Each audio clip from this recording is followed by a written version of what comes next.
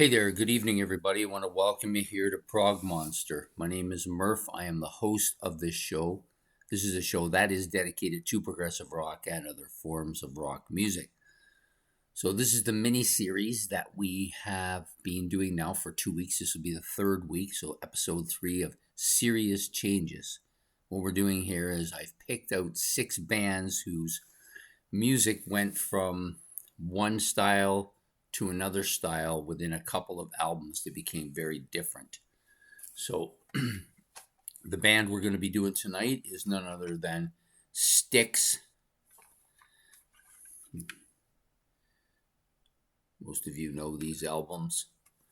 Here's another one. So these are the 3 albums we're probably going to primarily talk about here. So at this point in time, Styx had been basically, it started out as kind of a bluesy, kind of a prog band, moving further along into some serious hard rock stuff, especially on this album and the predecessor to this one, and even on Equinox and Crystal Ball, although Crystal Ball is a little bit more poppy, I think, than the other 3.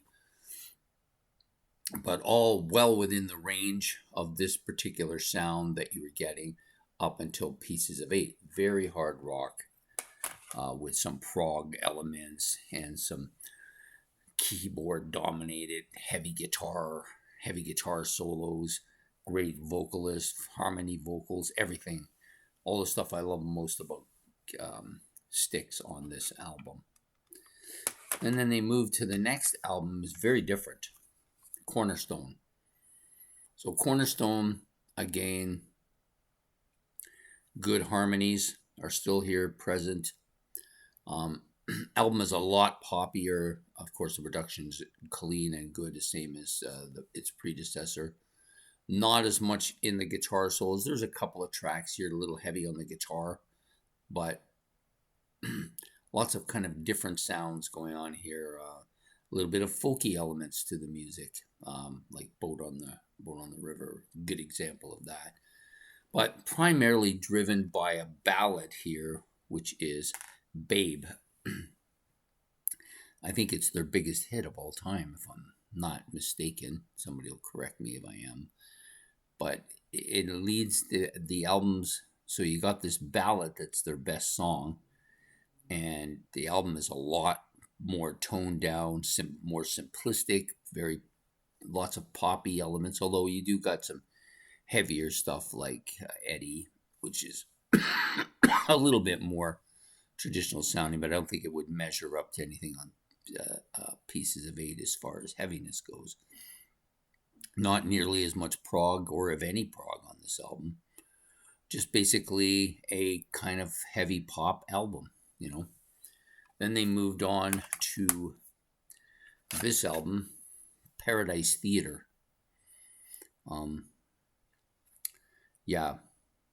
By this time they had become pretty poppy, like taking more of that poppy element that they started kind of getting into on Cornerstone. They took it further here.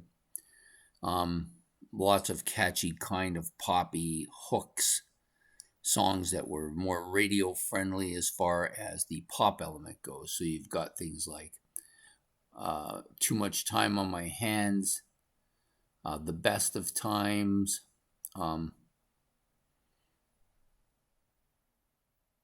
just looking through the track listing here. So those are the 2 big tracks. Rockin' the Paradise, of course. Very, very poppy, almost power pop in some areas. Lots of, again, catchy vocals, melodies. And this is one of Styx's strongest suits. The album cover itself isn't too bad, but I remember I got this on a laser vinyl disc when it first came out, and it had an etched in kind of laser pattern on it. I remember thinking to myself when I listened to this, as wow, this is a lot more poppy than even its predecessor, which I thought was kind of poppy. It wasn't enough to turn me off the album.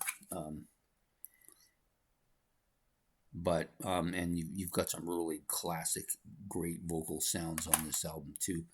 This one was just further left, you might want to call it, you know.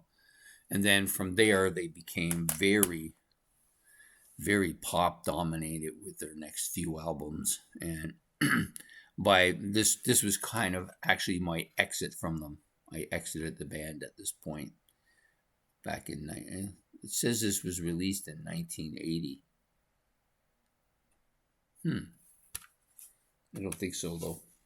Doesn't seem right to me. I'm sure somebody will. I'm just going to look through the book here a bit. Actually, it could be true. This was released in '79. Yeah. So I guess it's 1980. For some reason, I had this view of it being released further along, like '82 or something. But I guess they moved in their next album much further left than even this. So by that time, this was my exit for the group. I didn't follow them much after that until I started this channel.